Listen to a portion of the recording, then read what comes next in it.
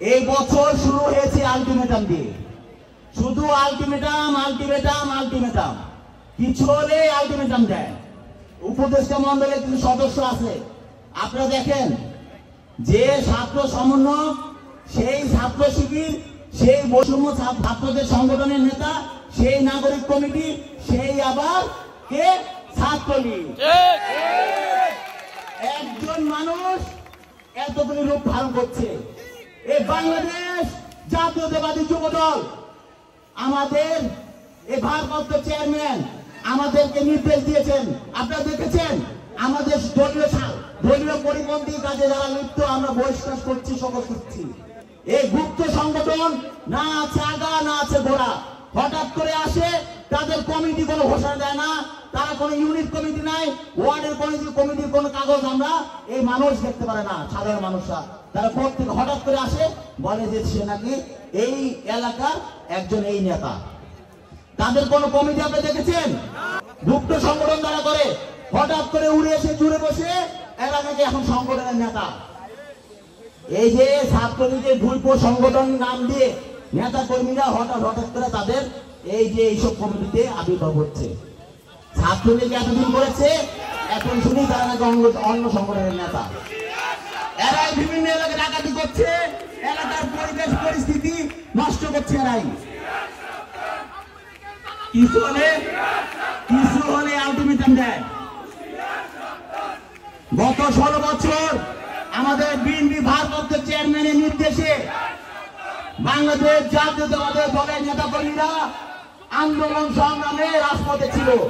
সেই আন্দোলন সংগ্রামের ফসল এই জুলাই আগস্ট।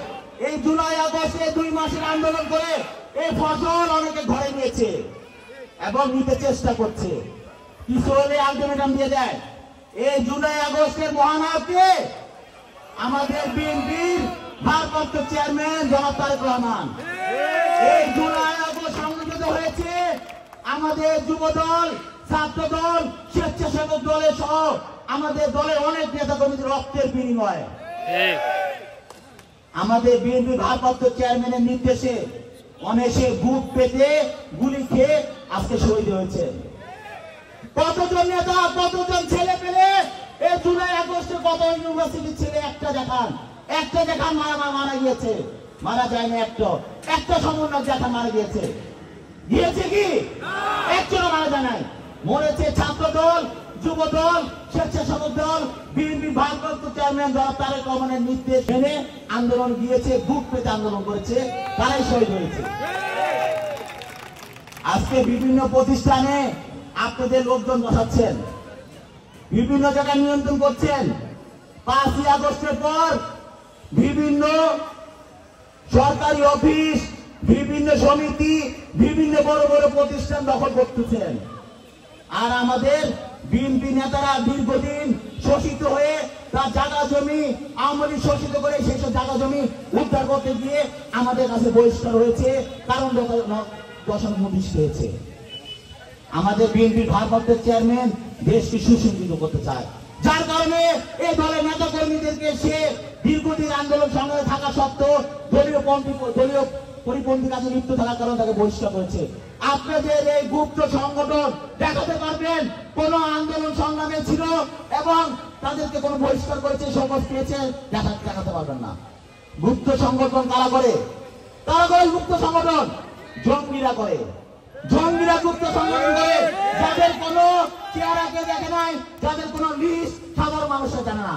আমরা রাজনীতি করি জনসাধারণের জন্য, জনকল্যাণমূলক কাজ করার জন্য। শহীদ রাষ্ট্রপতি জিয়া রহমান কি বলেছেন? যদি রাজনীতি করতে চাও তাহলে জনকল্যাণমূলক কাজ করতে হবে, জনসাধারণের মাঝে গিয়ে রাজনীতি করতে হবে। এই গুপ্ত সংগঠনের মতো না। আমাদের একটা ইউনিট কমিটিও আমরা ঘোষণা করে পাবলিশ করে দেই, ওয়ার্ড কমিটি করে দেই, থানা কমিটি সবাই জানে। আমরা পারি না গোপন রাখতে, না আমরা তো গুপ্ত সংগঠন না। গুপ্ত সংগঠন আমরা গুপ্ত সংগঠন না, আমরা দেশে মানুষের জন্য রাজনীতি করি। এইসব ভুলপো সংগঠন বাদ দিয়ে দেশের মানুষের পাশে দাঁড়ান। আপনারা সবসময় দেশের মানুষের পাশে ছিলেন, ছাত্ররা সবসময় দেশের মানুষের পাশে ছিল।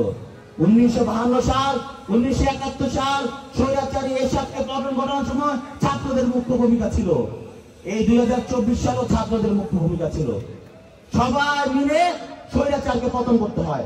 কেউ একক ক্ষমতায়, কেউ একক জোরে কোন স্বৈরাচারের পতন হয় না। হয় কি বলেন? না। আজকে এই স্বৈরাচারের পতন হয়েছে সাধারণ মানুষরা মাঠে নেমেছে বলে।